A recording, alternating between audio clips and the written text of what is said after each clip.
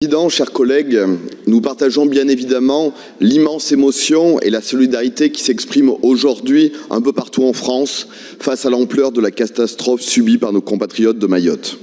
J'ai une pensée émue pour les milliers de familles aujourd'hui totalement démunies, sans toit, sans vivre, sans eau, sans nouvelles de leurs proches. Rappelons que Mayotte est le département le plus pauvre de France, dans lequel 80% des habitants vivent sous le seuil de pauvreté. Nous sommes bien évidemment solidaires avec l'ensemble des Mahoraises et des Mahorais qui ont vécu l'enfer ces derniers jours. L'île de Mayotte est aujourd'hui ravagée, détruite à plus de 80% après le passage du cyclone. L'urgence, au moment où nous parlons, est évidemment de porter secours aux centaines de milliers de familles qui ont aujourd'hui tout perdu. L'urgence absolue est au sauvetage des vies, mais aussi à l'acheminement de matériel, de nourriture, de vêtements, d'eau, de médicaments, de tentes, de bâches, de couvertures qui font cruellement défaut. Mayotte a besoin aujourd'hui de la solidarité de la nation tout entière pour faire face à cette catastrophe. Notre région a bien évidemment dans ce contexte un rôle à jouer. Nous pensons qu'au-delà de l'indispensable soutien qui s'exprime aujourd'hui au travers de cette délibération et l'appui à l'intervention de sapeurs-pompiers sur place, nous ne pouvons pas en rester là. L'engagement de ce jour est trop timide.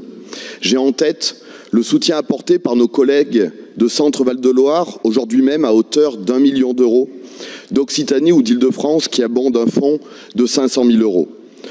Comprenons-nous bien, il ne s'agit pas là de notre part de volonté de course à l'échalote, il ne s'agit pas d'instrumentalisation politicienne, mais enfin, je crois que nous ne pouvons pas nous satisfaire de cette intervention d'urgence, nécessaire certes, mais certainement pas suffisante.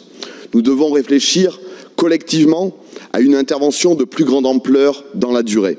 Sous une autre forme, il pourrait s'agir d'une participation au fonds proposé par l'Association des régions de France ou des financements exceptionnels versés aux associations humanitaires dont c'est le métier et la vocation d'intervenir dans ce type de contexte.